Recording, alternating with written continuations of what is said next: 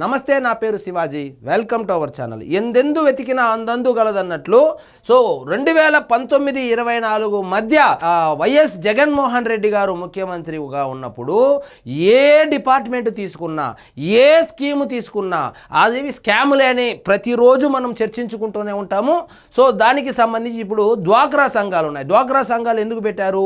మహిళలు పురుషుల మీద ఆధారపడకుండా వాళ్ళ కాళ్ళ మీద వాళ్ళు నిలబడాలని చెప్పి డ్వాక్రా సంఘాలు అనేటువంటి ఒక బృహత్తరమైనటువంటి కార్యక్రమానికి శ్రీకారం చుట్టి, సో వాళ్ళను ఆర్థికంగా నిలదొక్కునేలాగా వాళ్ళు కొంత సేవ్ చేసుకుంటూ ఉంటే దాని మీద బ్యాంకు లోన్లు ఇచ్చి కొంతమంది చిన్న చిన్న వ్యాపారాలు, కుటీర పరిశ్రమలు పెట్టుకునే విధంగా ప్రోత్సహిస్తూ ఉంటే, దాని మీద కన్నేసినటువంటి ఈ వైఎస్ఆర్సీపీ గద్దలు ఏవైతే ఉన్నాయో బోగస్ సంఘాలను తయారు చేసి బోగస్ సంఘాలను సృష్టించి వాటి మీద లోన్లు కూడా కొట్టేశారు.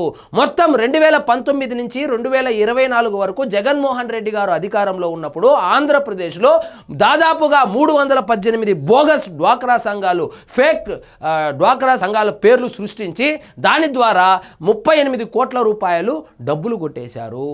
సో వీళ్ళు ఏ పని చేసినా ఒక సంచలనంగానే ఉండాలి, ఒక స్కామ్ అయి ఉండాలి. అందులో భాగంగానే ఇది ముఖ్యంగా ఎక్కడెక్కడ జరిగిందంటే ప్రకాశం జిల్లా, కాకినాడ జిల్లా, అంబేద్కర్ కోనసీమ జిల్లా, తిరుపతి జిల్లాల్లో ప్రముఖంగా ఈ స్కామ్ అయితే జరిగింది. ఇందులో ఈ స్కామ్ విలువ దాదాపు 38 కోట్ల రూపాయలంట. సో ఇప్పుడే విచారణ మొదలైంది. ఆ విచారణలో ఇవి మాత్రమే బయటపడింది. ఇంకా ఎన్ని 318 ఉన్నాయా, 3118 ఉన్నాయా తెలియాలంటే వేచి చూడాల్సిందే. ఇక్కడ చూడండి, డ్వాక్రా సంఘాలకు వైకాపా మకిలి. 2019-24 మధ్య 318 బోగస్ సంఘాల సృష్టి. అప్పట్లో కొన్ని బయటపడినా పట్టించుకొని వైనం. 38 కోట్ల దుర్వినియోగం తాజాగా ప్రభుత్వ తనిఖీల్లో వెలుగులోకి.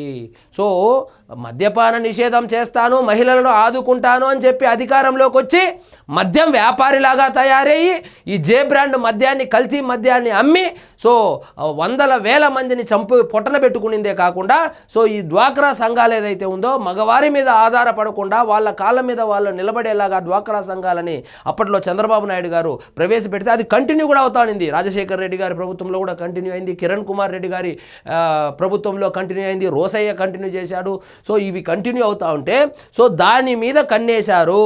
దాని మీద కన్నేసి ఒకటే పేరుతో ఫేక్ సంఘాలను సృష్టించి వేరు మహిళలు బయట జిల్లా నుంచి లేదా బయట ప్రాంతాల నుంచి మహిళలను తీసుకొని వచ్చి సభ్యులుగా చేర్చి దాని మీద లోన్ తీసుకొని కొట్టేశారు.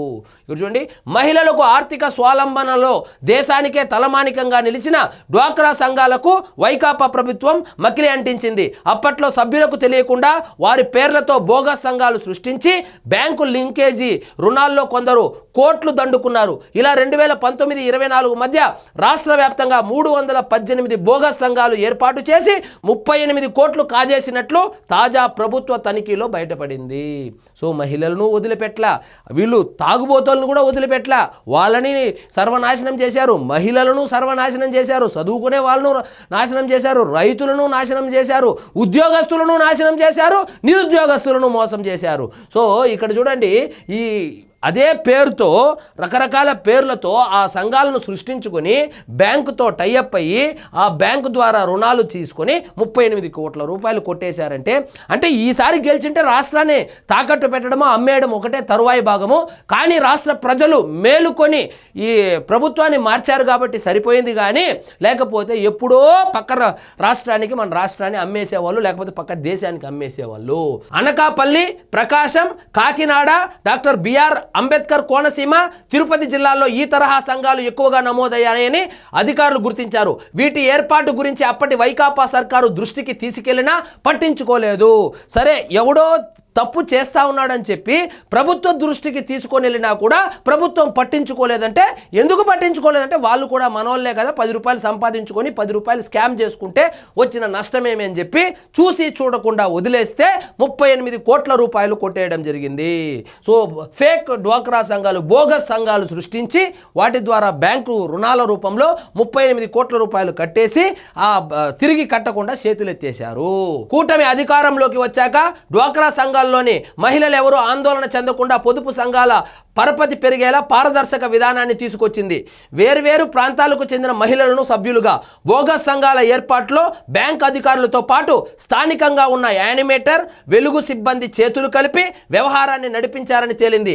వేర్వేరు గ్రామాలు, మండలాలకు చెందిన డ్వాక్రా మహిళల ఆధార్ కార్డులను సేకరించి 10 మంది చొప్పున బోగస్ సంఘాలు ఏర్పాటు చేసి బ్యాంకుల నుంచి రుణాలు తీసుకున్నారు. సంఘాలకు రెగ్యులర్గా రుణాలు మంజూరయ్యే సమయంలో 1 కంటే ఎక్కువ ఆధార్ కార్డు జిరాక్సులు తీసుకున్నారు. వాటిని బోగస్ సంఘాల ఏర్పాటుకు వినియోగించారు. సో తిరిగి చెల్లించాల్సిన అవసరం లేకుండా 10,000, 5,000 వరకు బ్యాంకు నుంచి ఇప్పిస్తామని చెప్పి కొందరి నుంచి ఆధార్ కార్డులు సేకరించి వాటితో కొన్ని చోట్ల బోగస్ సంఘాలు ఏర్పాటు చేశారు. కొన్ని చోట్ల ఒక బ్యాంకులో ఉండే గ్రూపులోని సభ్యులకు తెలియకుండా మరో బ్యాంకులో అదే గ్రూపు పేరుతో రుణాన్ని తీసుకొని సొంత ఖాతాల్లోకి మళ్లించారు. ఒక బ్యాంకులో ఇప్పుడు ఎస్బీఐలో డ్వాక్రా సంఘానికి లోన్ ఉందనుకోండి, కెనరా బ్యాంకుకి వెళ్ళి అక్కడ లోన్ తీసుకోవడం అన్నమాట. అంటే ఆ బ్యాంకు మేనేజర్నో బ్యాంకు సిబ్బందినో మేనేజ్ చేసి వాళ్లకు నయానో భయానో అధికారంలో ఉన్నారు కాబట్టి వీళ్ళేం ₹1 కూడా ఇచ్చిండ్రు, బెదిరించి భయభ్రాంతులకు గురి చేసి ఫేక్ సంఘాలను సృష్టించి బ్యాంకు వాళ్ళకు టోకరాకు పెట్టి 38 కోట్లు కొట్టేశారు. డేటాబేస్లో ఆ వివరాలు నమోదు కాకుండా జాగ్రత్త పడ్డారు.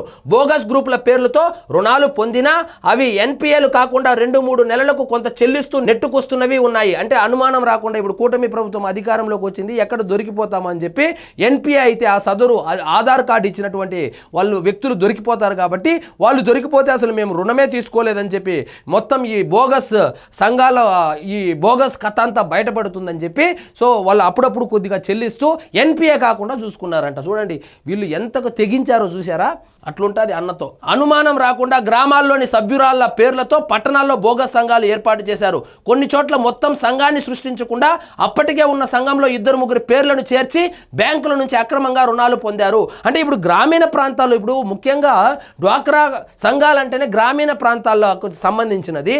అక్కడ పెద్దగా చదువుకొని ఉండరు కాబట్టి ఎవరెవరైతే చదువుకొని వాళ్ళు ఉన్నారో, ఎవరెవరైతే సంతకం పెట్టేది కూడా తెలియకుండా వేలిముద్ర వేస్తారో అలాంటి వాళ్ళను టార్గెట్ చేసి వాళ్ళ ఆధార్ కార్డులు కొట్టేసి వీళ్ళే సంఘాలు సృష్టించి బ్యాంకుల ద్వారా లోన్లు తీసుకొని ఆ లోన్లు ఎగ్గొట్టేదానికి ప్లాన్ చేశారు. ఎప్పుడైతే కూటమి ప్రభుత్వం అధికారంలోకి వచ్చిందో ఈ బోగస్ వ్యవహారం అంతా బయటపడుతుందనేటువంటి ఉద్దేశంతో ఆ అకౌంట్లు ఎన్పిఏ కాకుండా అప్పుడప్పుడు చచ్చిపోయేవాడికి గొంతులు అప్పుడప్పుడు తులసి తీర్థం పోసి అలా బతికించినట్లు అలా బతికిస్తా ఉన్నారు. కానీ విచారణలో అయితే కనుక బయటపడింది. యూనిక్ ఐడి నెంబర్ ద్వారానే రుణ మంజూరు, 14,800 నిష్క్రియాత్మక సంఘాలు తొలగింపు. బోగస్వి తొలగించేందుకు సెర్ఫ్ అధికారులు రాష్ట్ర వ్యాప్తంగా ప్రతి సంఘాన్ని తనిఖీ చేయించారు. సభ్యుల ఆధారిత ధృవీకరణ తీసుకున్నారు. సో ఇప్పుడైతే విచారణ జరుగుతోంది. ఎవరు బోగస్, ఎవరు నిజమైన సంఘాలు గుర్తించి బోగస్ వాటిని తొలగించడం జరిగింది. అదేవిధంగా వాడుకలో లేని సంఘాలు ఏవైతే ఉన్నాయో, కొంతమంది సంఘంలో చేరుతారు కానీ అది యాక్టివ్గా ఉండదు. యాక్టివ్గా లేని 14,800 సంఘాలను కూడా తొలగించినట్లు కూడా తెలుస్తోంది. సో వీళ్ళు చూడండి, ఎక్కడ ₹10 వస్తుంది అని చెప్తే అక్కడ గద్దల్లాగా వాలిపోవడము, స్కామ్ చేయడము, వాళ్ళు దొరకకుండా వేరే వాళ్ళ ఆధార్ కార్డులు, వేరే వాళ్ళ ఐడెంటిటీ కార్డులు వాడుకొని బ్యాంకు రుణాలు తీసుకొని ఆ డ్వాక్రా మహిళలకు కుచ్చుటోపీ పెట్టారు. సో ఇదండి ఈరోజు మన టాపిక్. మీకు ఈ వీడియో నచ్చినట్లయితే లైక్ చేయండి, షేర్ చేయండి, ఛానల్ మాత్రం సబ్స్క్రైబ్ చేసుకోవడం మర్చిపోవద్దు.